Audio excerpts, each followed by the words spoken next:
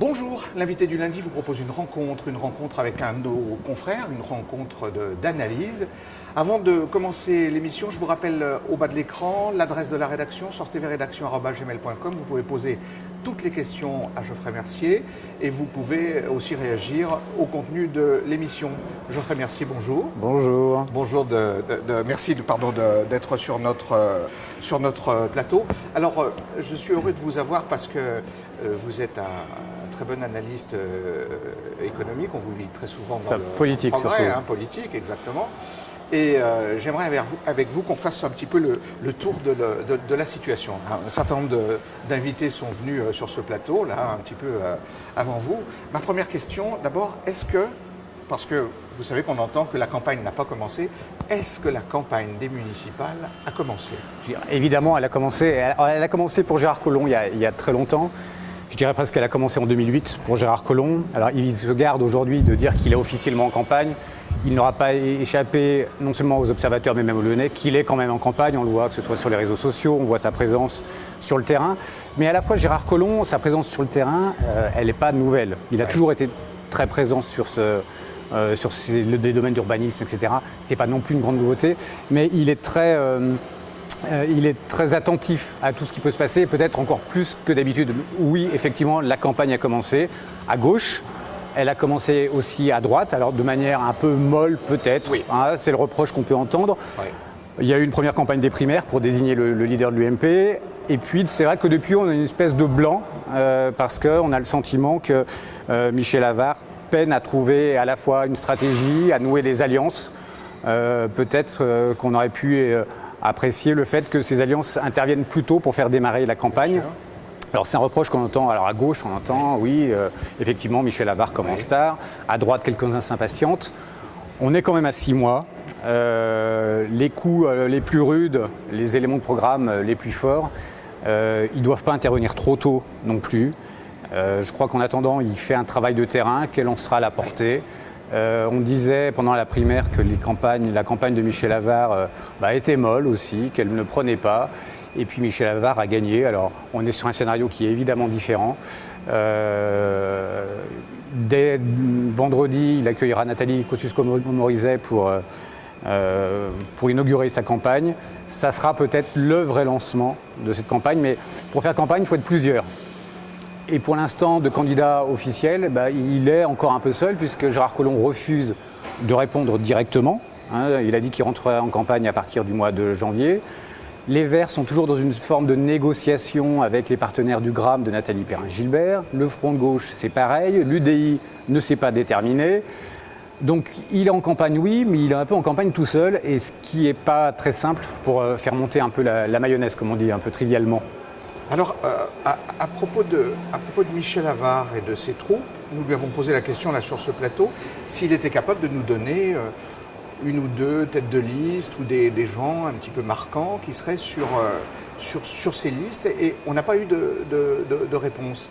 Là, il s'agit pour vous d'une stratégie ou c'est encore un travail de négociation qui est en cause? Alors je crois que composer une liste, d'où qu'on se place, c'est extrêmement compliqué parce que les équilibres sont nombreux. Oui. On a les équilibres politiques. Il va falloir peut-être des centristes. Moi, je pense effectivement qu'une alliance avec l'UDI sera une réalité dans les semaines qui viennent. Qu'est-ce qui peut l'empêcher, cette alliance? Qu'est-ce qui peut l'empêcher? Je ne vois pas sincèrement ce qui peut l'empêcher. Alors après, quand on parle d'UDI, il y a l'UDI de Jean-Louis Borloo, porté localement par Christophe Jourjon et puis par Michel Mercier quelque part. On n'imagine pas qu'il puisse être à la tête d'une liste autonome. Il faut des moyens financiers importants, il faut des moyens humains. Une liste, c'est 221 noms. Donc l'UDI serait peut-être capable de le faire, mais avec des résultats quand même faibles. Le dernier sondage, à notre connaissance, portait Christophe Jourjon avec les à 2% des intentions de vote. Donc le risque est considérable. Donc j'imagine pas comment il puisse mener une liste à son terme. Après, il y a la problématique Denis Broliquier. Denis Broliquier va être confronté aux mêmes difficultés. Et puis s'il se lance tout seul, il va se trouver avec un autre candidat de droite face à lui dans son arrondissement, dans le 2e, dont il est maire, également dans le 6e arrondissement, avec des chances de gagner qui ne sont pas évidentes. D'accord. L'UDI aujourd'hui, Est-ce que pour vous, c'est une force politique extrêmement importante, un espèce de centre constitué, une UDF, qui va être comme un raz-de-marée sur la ville, parce que c'est l'ancienne force politique qui gouvernait cette ville, ou est-ce que c'est encore un truc tout nouveau qui vient de naître et qui pèse peu? Parce qu'on a toutes sortes de réactions à propos de l'UDI. Alors j'aimerais bien entendre ceux qui disent que ça va être un raz-de-marée, parce que ça m'amuserait d'en faire l'interview.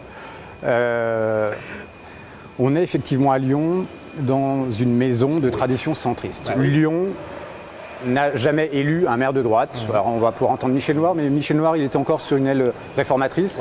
N'a jamais non plus élu un maire de gauche. C'est-à-dire qu'on prend Herriot, on prend Pradel, on prend Collomb, Francis, Noir, Barre, etc. Donc on est effectivement dans cette centralité lyonnaise. Ça, c'est une réalité.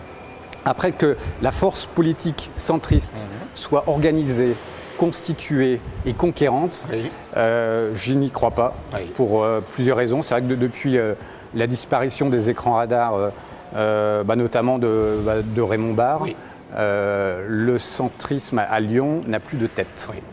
Michel Mercier s'était posé comme tel en 2001 avec des résultats plus que mitigés.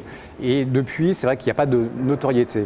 Il y a une force militante qui est assez limitée. Assez limitée. Atomisée en plus, entre plusieurs... Absolument, entre plusieurs chapelles. Entre effectivement le MoDem, les partisans d'Éric Lafont, je ne sais pas comment on les appelle, les partisans de l'UDI, les partisans de Lyon d'hiver droite. Donc il n'y a pas d'unité. Et il n'y a pas énormément d'élus. Donc effectivement, le centrisme a vu sa place prise par les autres candidats. Est-ce que Gérard Collomb est un maire du centre? Alors après, on peut dire centre-gauche, centre-droit, etc. Mais il répond effectivement, au-delà de la position politique, aux théories doctrinaires du centrisme sur effectivement l'humanisme, sur l'Europe, sur ce type de valeurs, qui sont également partagées par Michel Avare. D'accord. Alors, à propos de Collomb, qui est à la fois en campagne, mais qui dit ne pas l'être. Qui est une stratégie de tous les élus, c'est pas propre à Gérard Collomb, tous les élus sortants adoptent la même stratégie. Pour quelle raison technique, parce qu'en fait les Lyonnais aimeraient bien rentrer en campagne, pour quelle raison technique est-ce qu'ils désirent rentrer si tard en campagne, alors qu'il faudra quand même conquérir les voix? Disons qu'aujourd'hui, il travaille à blanc, il travaille sur son bilan. Il n'a pas à répondre lui directement. Il travaille, il avance des projets qui sont en réalité des projets de campagne. Mais quand il parle par exemple de la Confluence aujourd'hui, de la Maison de la Danse, évidemment ce sera dans son programme de campagne. Aujourd'hui, il avance avec l'étiquette de maire de Lyon, la légitimité de l'élu et non pas du candidat. Donc, d'une part, il ne veut pas rentrer dans des querelles de chapelle qui pourraient l'affaiblir. Ces équipes ne sont pas encore constituées, donc tout le monde attend de savoir comment ils vont être placés sur les listes, etc. Donc il vaut mieux le calme avant la tempête et puis matraquer au dernier moment, parce que Gérard Collomb en campagne, ça sera un bulldozer. Il a une équipe formée complètement à ça. Et effectivement, plus il sera tard en campagne, comme l'avait fait le président de la République en 2012, Nicolas Sarkozy, rentrer le plus tard en campagne pour concentrer ses forces, concentrer son énergie, donner l'image de celui qui travaille pour sa ville, pour les Lyonnais et qui ne mélange pas les genres. Et ça, c'est important et peut-être particulièrement à Lyon. Alors à propos des forces politiques qui vont le soutenir, je parle des forces politiques. De Gérard Collomb. De Gérard Collomb, bien sûr. Est-ce qu'il va pas, par rapport aux autres campagnes, est-ce qu'il ne va pas se retrouver sur un segment beaucoup plus étroit si les centristes ou si des centristes ne le rejoignent pas, si la tentative d'Étienne Tête réussit de réunir le Gramme, de Front de Gauche, quelques communistes, est-ce qu'il ne va pas se retrouver quand même sur un segment extrêmement étroit pour être élu? Déjà, il faut dire qu'il ne faut pas rêver, il ne sera pas dans la situation de 2008, qui était incontestablement absolument confortable.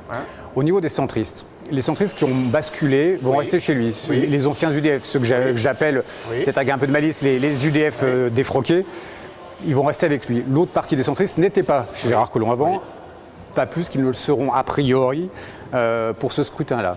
Sur sa gauche, les écologistes ont dit qu'ils allaient faire une liste, comme ils l'avaient dit en 2008, avant de se faire aviser au mois de décembre. Alors il faut aussi rester prudent avec les écologistes. Vous pensez qu'il pourrait y avoir un scénario de ce type? Je dis que ce n'est pas complètement exclu.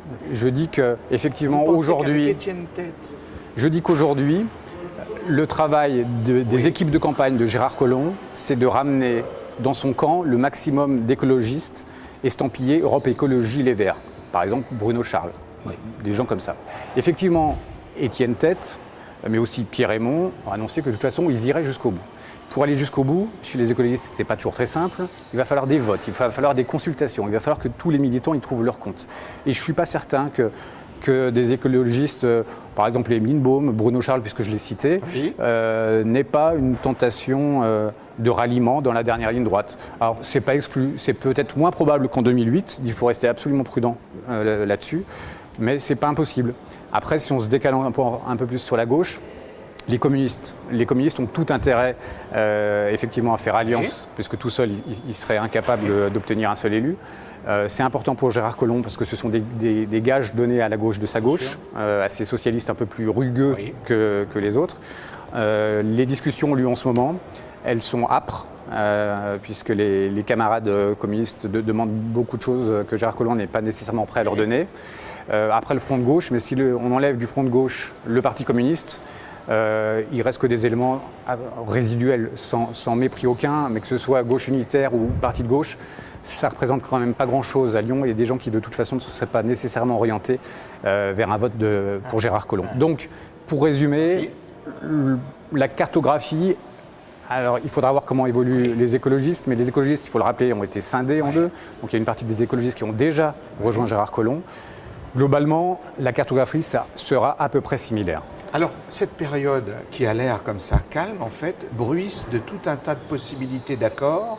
Et ce qu'on croit le décor pour le moment de la bataille n'est pas le vrai décor qui peut émerger en décembre. C'est ce que vous nous dites. Ah ben, complètement. De toute façon, aujourd'hui, par exemple, les listes, que ce soit du côté de Michel Avare ou du côté de Gérard Collomb, vont être dévoilées a priori au mois de novembre, en tout cas le 21 novembre, pour les listes de Gérard Collomb. Vous pensez que le 21 novembre, on aura les listes contenu des listes de Gérard Collomb, oui. Avec tous les noms, vous pensez? Avec tous les noms, sous réserve d'accords. Parce qu'il y a encore des accords qui peuvent intervenir jusqu'à la dernière minute. Et tant que la liste ne sera pas déposée auprès de la préfecture, on pourra toujours avoir des surprises.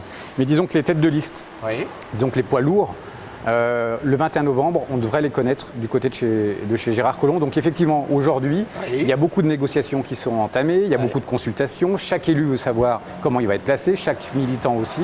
Donc il y a cette campagne, j'allais dire, interne pour être sur les listes, pour savoir qui va être adjoint d'arrondissement, qui va être adjoint à la ville, conseiller municipal, parce que tout ça, c'est important, ce sont aussi des indemnités, qui va être à la métropole. Donc il y a beaucoup de négociations en cours dans tous les camps. D'accord. Idem pour Michel Avare, où on essaye d'aller à la pêche sur les gens, ce qu'on appelle la société civile, pour avoir effectivement un peu des poids lourds qui donnent une image, qui permettent à ces élus de raconter une histoire, et qui vont participer à ça. Et tout ça c'est en cours. Et puis, en même temps, on met en place des stratégies à plus long terme sur la manière dont on va développer un programme, dont on va dévoiler ses arguments, quand on va le faire, comment on va le faire et contre qui on va le faire. Geoffrey Mercier, merci c'était un plaisir d'avoir donné cet éclairage extrêmement intéressant à ce début de campagne. L'invité du lundi se termine. Auparavant, je vous rappelle l'adresse de la rédaction au bas de l'écran. Vous pouvez réagir aux propos de Geoffrey Mercier. Vous pouvez aussi lui poser des questions. surtvrédaction@gmail.com, c'est au bas de l'écran. L'invité du lundi se termine. La semaine prochaine, nous aurons un autre invité. À bientôt.